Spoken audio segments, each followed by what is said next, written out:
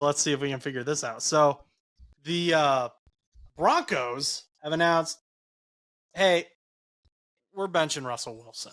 And it's not like Russell Wilson's been playing bad. Someone on Twitter actually pointed out that his stats are comparable to Patrick Mahomes' stats.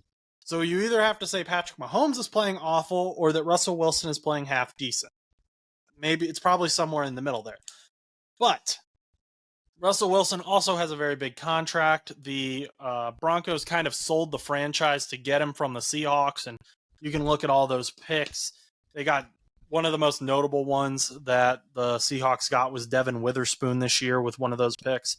But the Broncos already owe him $85 million if they cut him in March.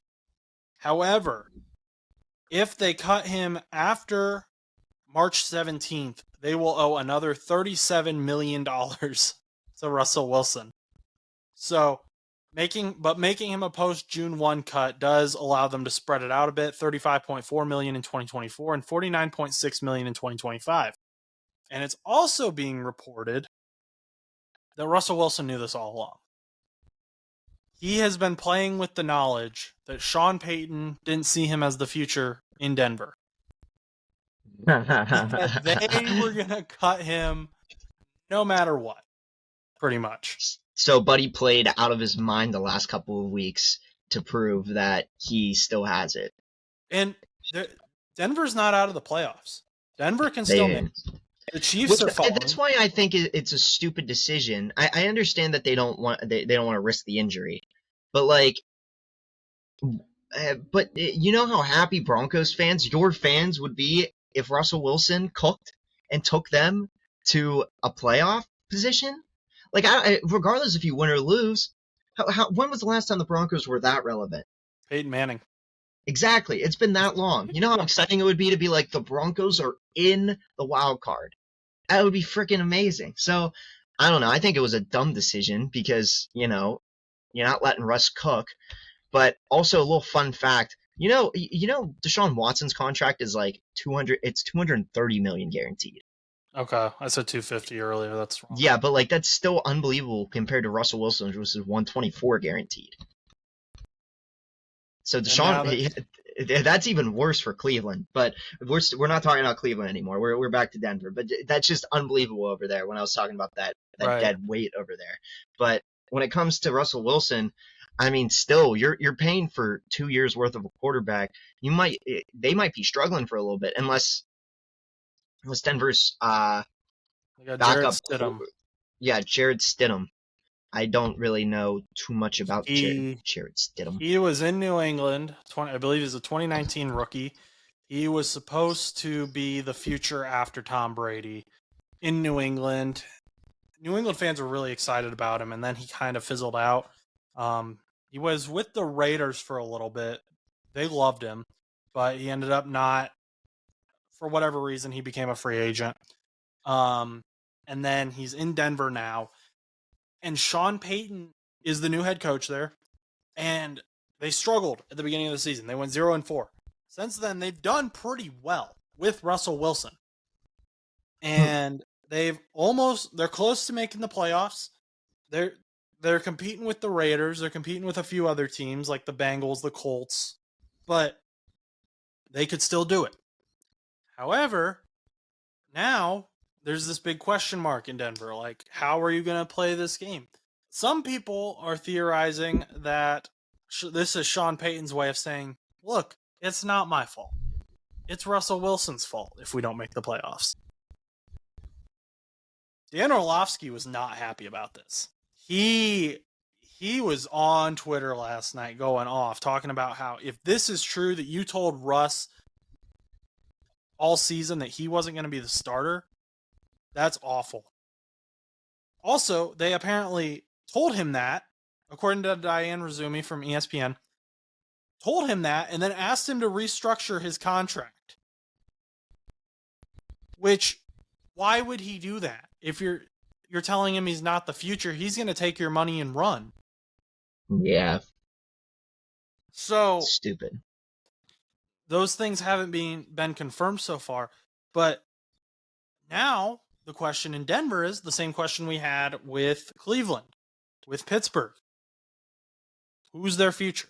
Is it Jarrett Stidham? We haven't seen him play yet with Denver, to be fair, but we have seen him play before, and I don't think he's a franchise guy, personally. And then at that point, your question remains: does Joe Flacco head over to Denver? He goes back to Denver. He's already been in Denver. He heads back. So maybe. But like it's the same thing though. I mean, like, what do you do? I don't like know. what like if Stidham doesn't do good, like you had Russell Wilson for like you had him locked up until how long? He's locked up for a while, dude. They gave him up after 2 seasons. Yeah, they had him locked. It was a freaking. How long was this contract started out? It started out in what, 2022? So yeah, it rolled until he was 41 years old. So he would have been long retired by then. The thing is, if they get rid of Russell Wilson, which it's assuming they're going to cut Russell Wilson and say, hey, we'll just pay you the $86 million, move on. Whoever Sean Payton brings in, because it sounds like this is Sean Payton's move. Getting Russell Wilson was Nathaniel Hackett's move. We know Sean Payton had no respect for Nathaniel Hackett. So this seems like Sean Payton's move of, I want my guy. So, Sean, whoever your guy is, better play pretty damn well. You better get, like, Drew Brees out of retirement or something. I don't know without his noodle arm. We're talking, like, 2010s Sean Payton. Or Drew Brees. For Sean Payton. Because other than that, I don't see how this becomes an okay deal. And it's going to have to be someone who's relatively cheap. Otherwise, all of your money is in your quarterback room. And most of it's going to a guy who doesn't even play for you anymore.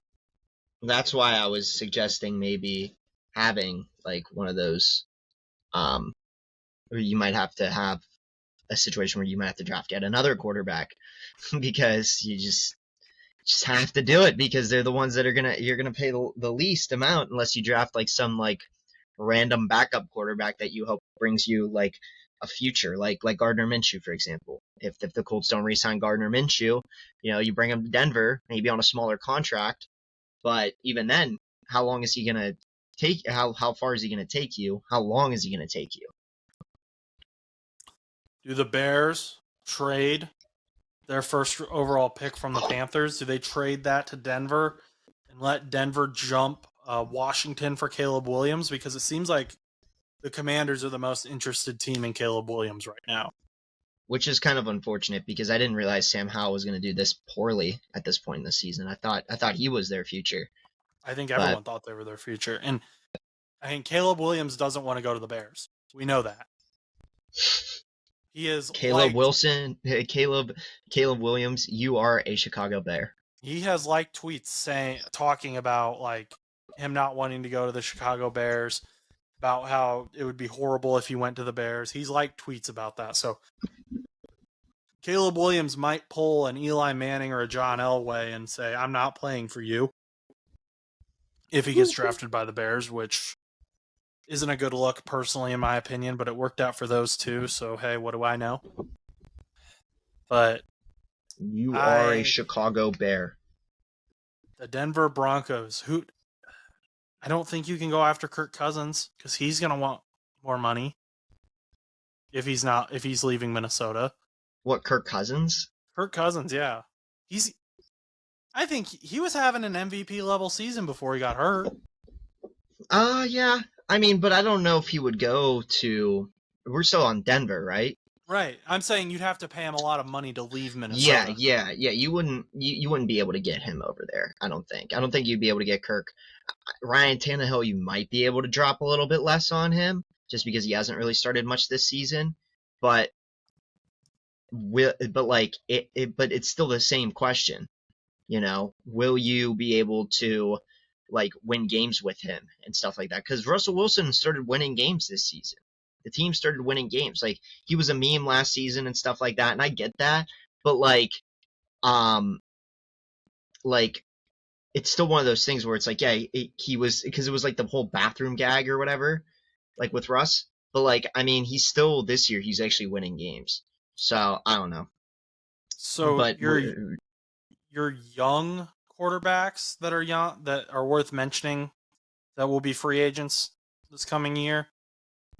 Tyler Huntley, who was the backup in Baltimore. I wouldn't be surprised if Baltimore tries to re-sign him. I wouldn't either. Sam Darnold, who's currently the backup in San Francisco. Would you want Sam Darnold? I don't know. Drew Lock, who has already been in Denver and was part of the Russell Wilson trade. He's 27. No, I wouldn't. He's not going back. Minshew's 27. I wouldn't be surprised if the Colts re-sign him. Jake Browning is 27. I think the Bengals are going to try to keep him. He's only making $750,000 right now. Mason Rudolph, 28.4, or is his age? He's 28. Excuse me. 28.4. Baker Mayfield's getting re-signed by Tampa. I know people don't think he's necessarily playing as good as he can, but I think they like him down there. And Josh Dobbs is 28. I think those are the guys you have to go after, and those aren't great names. Yeah.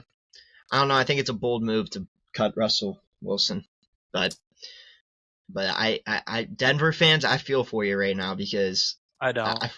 For just a little bit, I thought you guys had some hope. There's no hope right now. That was a terrible, terrible decision. It is up there with one of the worst trades in NFL history. I know people put the Trey Lance trade above it, but that didn't hold back the 49ers at all. They got lucky with Brock Purdy. This Russell Wilson trade is about as bad as Deshaun Watson, and it's having the same result. Thanks for watching that video, guys. If you want to check out a most recent full episode of No Buts About It, that's going to be right over here. Yep, right there. Check that out. And if you just want to see more short clips, we're going to have one right over here for you to watch. Check out No Buts About It on Spotify, Apple Podcasts, anywhere you listen to podcasts, so you can listen to us on the go. Once again, have a great day and go do something nice for someone.